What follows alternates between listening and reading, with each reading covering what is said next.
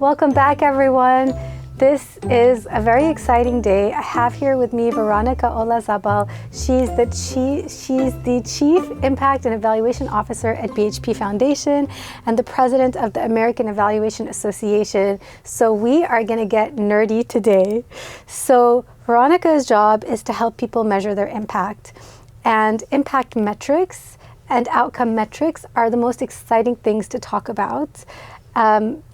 So before I tell everyone how I talk about these things in my course, I actually think Veronica should get us started by telling us, can you just explain to us what it means, what impact means and what measuring impact means? Sure, thanks Teresa, and happy to be here and excited that you get so excited about impact and outcome metrics. So just to put a couple of things on the table first. The first thing is, you hear this word impact all around, and I've started talking about impact because it means so many things, so many different things to so many different people. And so when you go to measure it, it actually makes it quite difficult. And so I'll say a couple of things about the concept of impact. So impact, as defined by many of the people out doing this work in the mission-driven space, is inclusive of both your positive and negative, as you mentioned, your intended and unintended consequences, and also your indirect and indirect effects in the world. So that's one thing, because oftentimes when we talk about impact, we assume the positive, right. But we actually do mean... Like people say impact entrepreneurship as a substitution for social entrepreneurship. Right. Or I have an impact career. Exactly. And so the probability that we are going to create bad in the world is actually quite high. And so in the investment space, we also talk about externalities as part of that impact story. The second piece to share is that impact is about change. And so you want to be able to not just say that the world is changing in this way, but how that might be different from this point in time, or from this region to this region, or from this community to this community. And that we can get into lots of conversations about what that means in terms of the measurement component to it. And then the third piece, I would say, is it's about time. So you mentioned outcomes and impact metrics. The way that I might define that or just characterize that is that impact is the goal that we seek to achieve, but changes in the world actually takes a lot of time, because if it didn't, we wouldn't be in this scenario where we're thinking about sustainable development goals, right, or the fact that poverty is still an issue. And so that's the change we want to see. But because we, as investors or as implementers or people wanting to do good, aren't going to probably spend the next 20 years following that impact, we start to talk about other ways of being able to measure that. And so outcomes is really the earlier signs that we're heading towards that impact goal. And it's better than outputs, and we can have that conversation too. Okay, so basically your impact is the change that you're creating in the world, and it can be positive or negative. And so many different types of people need to measure their impact. Like typical business, well, they don't need to, but we're hoping they will in order for us to reach the Sustainable Development Goals, right? So companies that might be creating negative impact need to measure and manage that. Companies whose goal it is to create positive impact need to manage and measure that. And that's what social entrepreneurs do, right? So the reason I get excited about impact metrics is because in social entrepreneurship, the change you're creating is your bottom line, right? Like in commercial entrepreneurship, it's the financial growth. That's how you know if you're successful.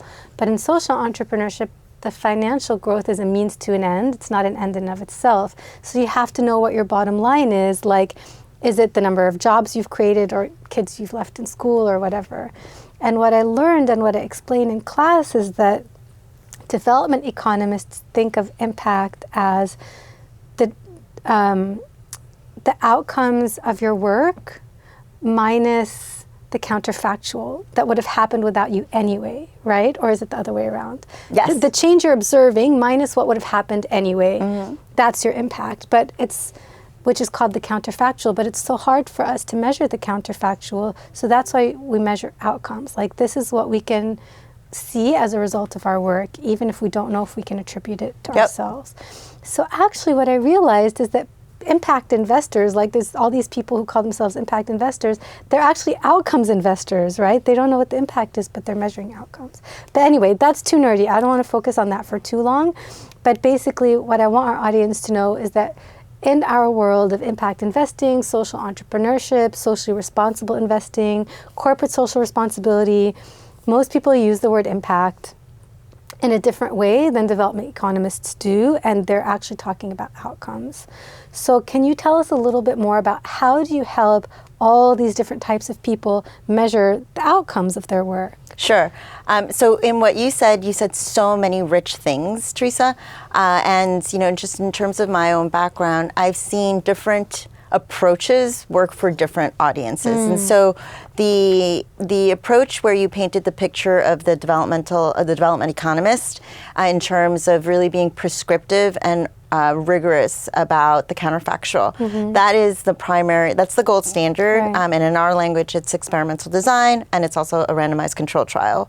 And it came from the public health, ironically, space. Yeah, it's the only way you can prove causation, right? Because of vaccines, because of counting the probability of an illness, right?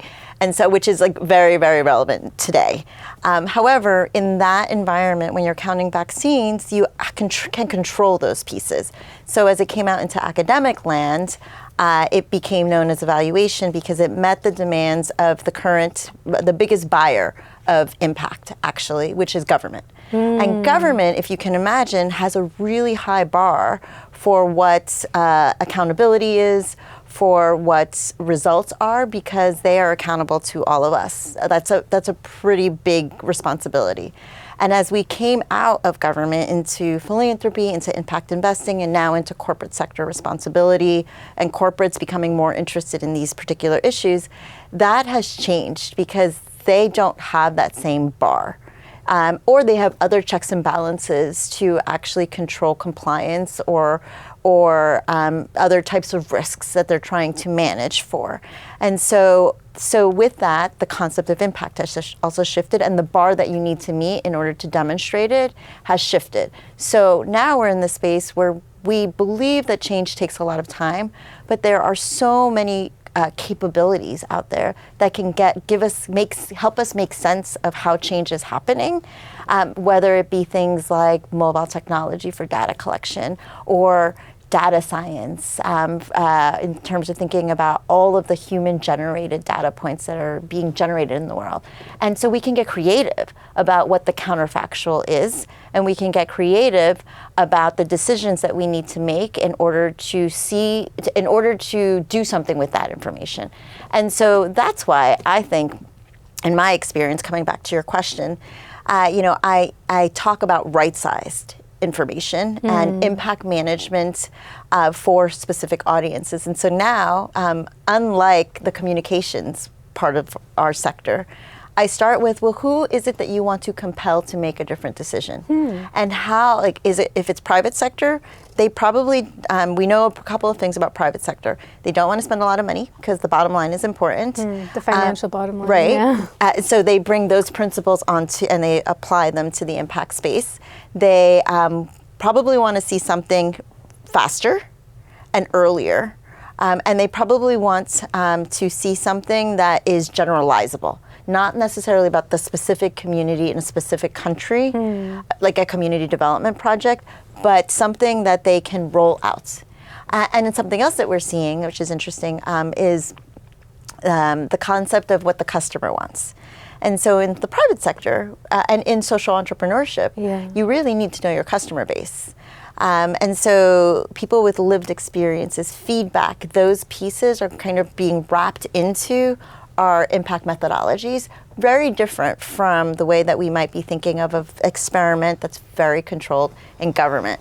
So it's quite an exciting place to be, and happy to nerd out more on this. Well, see, I think one of the things that you're saying really can help direct our conversation, because you're describing how different types of organizations measure outcomes in different ways depending on who their audience is.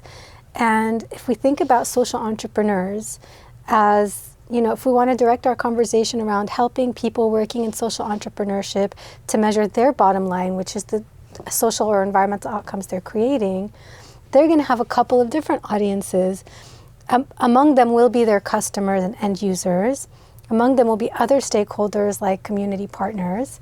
And I think one of the key audiences for social entrepreneurs in measuring the change they're creating is funders.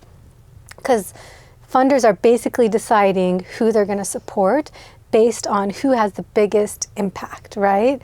Like if I have two excellent social entrepreneurs who are doing excellent work and one is reaching 1 million people and one is reaching 1,000 people, I'm going to invest in the person that's reaching 1 million people because I get a bigger social return on investment. And so one of the things that bothers me about this is that in the impact investing world, we've reached a place where everyone's reporting on number of lives reached, and funders are making decisions on who's reaching the most people. But sometimes the most impactful organizations are those who are reaching the hardest to reach people, so they're going to be reaching less. And they're creating changes that are harder to quantify, like activating people as agents of change, like changing who participates in the market. So they're not reaching large numbers of people. And I feel like educating funders is a huge part of that. Is a huge part of empowering social entrepreneurs to use social metrics that actually reflect the changes they're creating. Do you do any work on that, on engaging with and educating funders and impact investors? Yes, and so I'm going to take off my evaluation hat for just a moment and put on my commissioner hat. Okay. And so, one of the things, my job at the BHP Foundation and at the Rockefeller Foundation, at the MasterCard Foundation, was actually serving as translators. Like, how can we ensure that, number one, we're generating the information that will be able to be accessible to multiple audiences? But in addition to that, how do we raise our awareness around how we can be thinking about this? And so it's interesting because in this closer to corporate now world that I'm in, the unit analysis piece, is very prevalent. As you said, what does that mean? Tell us more. The cost per unit. Okay, right? The cost per life saved or right. child staying in school. Right, and so in that scenario, like you mentioned, the enterprise or the entrepreneur that can say something about the millions of lives at this lower cost bar has a bigger SROI, right? And SROI is social return on investment. Right, social return on investment. However, your point about how actually it might just cost more money to reach the last mile. Exactly. Right? And so or to create a systemic level change, and instead of a direct service level of change, it's not just reaching people, but it's like changing systems. Right. How do you measure that? So what I've done recently and what I've been doing when I worked with the Rockefeller Foundation on their impact investing, impact measurement methodology, we did a similar thing. Okay, cool. So there's this really cool framework that was developed out of 2,000 conversations with many different types of people at all along the value chain of the doing good. And it's called the Impact Management Project. And we've talked about this. Yes, I love that. Tell us more about it. And so here, going back to your question around, like, what is this impact thing? So as mentioned, we use this word often, but when we talked, we talked to about 2,000 to 3,000 people, there were different and unique definitions that came out, but they all gravitated around 5 core dimensions. And it is these 5 core dimensions that we've at the BHP Foundation and also within the Rockefeller Foundation's impact investing portfolio, we chose to measure. And I noticed also, sorry, go ahead. No, I just was going to say, I noticed also that the Global Impact Investing Network that most people refer to for their IRIS data set of indicators has now also incorporated these 5 dimensions, right? Yes, and they were one of the people that were consulted amongst the 2,000. And I'll take a step back in terms of like the signal that demonstrates. But so impact essentially has 5 dimensions. The first is when you're measuring impact, you want to know something about the what. So what are the outcomes? And that's the outcomes piece, right? What is the change we're creating? You also want to know something about the who. So who are we reaching? Are they the most marginalized? Are they not the most marginalized? Number 3, you want to know something about what is going to change. So at what rate? And ideally, in the philanthropic sector specifically, we are not in the business of being able to act at scale. We're neither government nor private sector. And so impact investing, I think, is closer to philanthropy. And so we know that we're trying to prove something, or we're providing risk capital or patient capital to a particular topic that, if successful, can be scaled by somebody else. And so the question around how much is really critical, because you want to be able to say, well, given this investment, we would hope to accelerate growth. We would learning outcomes, child mortality outcomes. Like, what is it like that? How much of a change are we expecting within the 5 years of our investment? So the magnitude of the change. Exactly. Like the nature of the change, who's affected, Perfect and then the word. magnitude. Right. And then the fourth piece is this one dimension that often gets reinterpreted, but contribution. So if I'm the BHP Foundation and I'm contributing 80% of the investment, over time, if to prove that we are proving the case, in my case, I want to be able to make sure that the entrepreneur is pulling in other resources so that 80% slowly starts to decrease, which to me is a signal that there's market take-up, and that's a signal that there'll be scalability. So contribution is really important. And then finally, the fifth one, which I really like, is risk. We're living in this world where things will go bad. The best solution will fall apart once you start to operationalize. So what are some of the risks that we should be measuring along the way to at least signal to us that we should probably reconsider and pivot? And together, this very simple 5 dimensions framework has become what we've adopted as our impact approach, because we needed to get away from that unit-based analysis. Because it is not a really realistic way to be measuring impact. It doesn't indicate who's the most impactful. Yeah, it's very artificial. And it's also a very simple framework. It's very accessible to both funders and enterprises.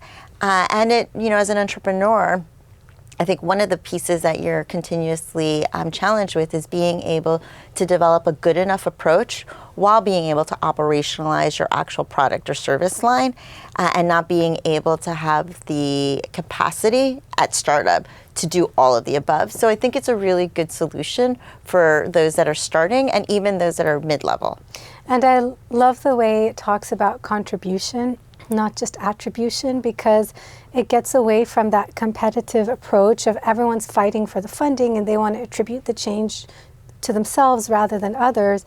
And if we're going to create systems change, we need to work collectively. And if you're going to measure collective impact, it really needs to be about contributing to something that's much bigger than yourself, rather than trying to attribute that full change to yourself. So I think also this framework makes more room for collective action and collective impact. Absolutely. I absolutely agree with you. What do you feel is missing? What do you think is next as we get better at measuring the change we're creating, whether we're social entrepreneurs or investors or corporate players? Really good question. So I have so many ways to answer that. One of the first... It doesn't have to be one thing only. Okay, good. One of the first things that I think is missing is just people with more lived experience actually being the entrepreneurs and actually being the investors, like along that value chain. Because it's, one of the things that I've noticed within the whole impact space is that, we're typically exogenizing. We're talking about people that are not in the room, or products to people that may or may not have market take-up, but are really good products. And so I do think that we need to get those voices in the decision-making spaces. But if we can't do that, or at least not in the immediate, because I can understand why the capacity and the capabilities and the investments, and we're all working on that, I do think that feedback, being really intentional about feedback at all parts of the investment life cycle is really, really critical. And whether it's feedback from your populations that are marginalized, or feedback from enterprise to investor, or feedback from investor to asset holder, or even really radical feedback from the asset holder to the end user, I think would be really exciting in terms of filling the gap of the actual voices. So getting people to talk to each other more about all this. Yes, but there's transaction costs in that. I hope that one of the learnings from the pandemic is that we really need to be thinking about data differently, and that it's not just about a household survey, or it's not just about a randomized control trial. It really is, how do we think about and leverage all the information in the world to be able to at least get to a more authentic analysis. And I think that is also missing. I would say that one not so radical change, which will sound very surprising, but using data is important. And oftentimes what I've observed is that enterprises start collecting information on entrepreneurs, and investors get really excited about information. And private sector, they live in the world of numeracy, really excited about new data. And then we get into this lots of data collection, but analysis paralysis. No one actually using the information. Right. And something that I'm typically working on, let's just take a look at what information we use, and let's let go of anything we're not using because we think we need it but have never done it. It's like that, all the stuff that you purchase and you never use, but you never throw away. It's that. And the reason for that is because every time we gather a data point, we're essentially extracting information from someone. Someone is giving you their intellectual property, their experiences for free. And if we're not doing something with it, it almost feels like we're contributing to some of the sustainable development problems that we exist in, because people this is their livelihoods. This is people that are trying to get to that better place. And they believe, because of the power dynamics, that speaking to you will somehow get them to that better place. But, there's so many investors in the world. And if we were all speaking to all of the people out there, some communities spend their lifetime talking to people and nothing ever changes. Okay, I understand. So using information, I think, and challenging ourselves to use the information, I think is really critical. I understand what you're saying about the transaction costs of getting, it's easy for someone like me to get excited and be like, okay, so people need to talk to each other more, but it's like, no, that's not actually it, because you can talk to people as much as you want, but then if you're not using that information, you're wasting their time. I mean, it's like every time you're asked, somebody calls you and you want, and they want you to contribute to their survey. How many times do you pick up the phone? Never. Right. But we need people to provide information in order to be able to say something about our impact. So it's pretty ironic, isn't it? So who are the players around the world that you feel are starting to do it right, that could be a resource for our listeners in terms of improving the way we collect data and formulate the metrics that help us measure the changes we're creating? Sure. So I think an exemplar in this space is 60 decibels. Have you used 60 decibels? No. So 60 decibels came out of the Acumen Fund's lean data work. It actually is that. And they use mobile data to work with entrepreneurs, fund managers, and investors to help listen better, which is why 60 decibels is actually the level at which you start to hear. So it's, I love that. Yeah, it's really good. And they're continuously challenging themselves. So they've done things like, say they've looked at all of these surveys and they've said, you know what, there are some core questions out there that everyone fundamentally asks, and not just your demographic questions, but your stories about impact. Why don't we become the center of expertise in terms of being able to provide this information to enterprises or to investors, because it will save us a lot of time. Another thing that they've done is, because they've used mobile technology, they take, I've both been in a place where I funded them for as seed capital, but then also that I've used them to assess my impact. So I can speak from both sides. Oftentimes we talk about how much it costs to get information. And so for an evaluation, a very traditional midterm and final evaluation in the way that you would evaluate, it could cost anything like $400,000 to $800,000 over like an 18-month period. For the 60 decibels team to get information that we will then use to then pivot and adaptively manage, and then kind of go back to what we call our theory of change, and then do something different, it can cost as little as $5,000 to do something very similar. And so I think that they've decreased the cost of gathering information. They've reshuffled what is they prioritize in terms of meaningfulness. And they've kind of decreased one of the barriers that we as investors often say is the reason for why our companies are not capturing impact data, which is it costs too much. So I think definitely we should all be looking at what they've done as one example. Okay, so 60 decibels. So to recap some of the learnings, I feel like this has been such a rich conversation. There are many different people that need to measure their impact, both their positive and negative impact. These include social entrepreneurs, funders, corporates, government. Some of the obstacles are measuring beyond just the number of people you reach to know what the changes you're creating is, how much, who you're reaching, and the other dimensions that you mentioned from the impact management project. What we need to do to get better at this is partly talk to each other more, but also being very cognizant of the cost of talking to people if you're not doing anything with the data. And some of the resources that people can look to learn more about these topics are 60 decibels, the Impact Management Project, and the IRIS database of the Global Impact Investing Network that uses the 5-dimensional framework of the Impact Management Project. Am I missing anything in terms of like basics of measuring outcomes and social change? No, I think that's great. I would say risk. Risk, exactly. I think thinking about the probability that things will go wrong from an operations perspective and trying to ensure that you have a plan for that from a measurement perspective, I think is our next frontier. And that actually gets to the heart of, as we move towards private sector and private sector contributing to making the planet a better place. I think that that's going to be an interesting place we're going to see shift how we're thinking about impact. Okay, so there's a lot more to talk about. Hopefully we'll keep these conversations going in future episodes. So stay tuned, everyone, and thank you so much for joining us.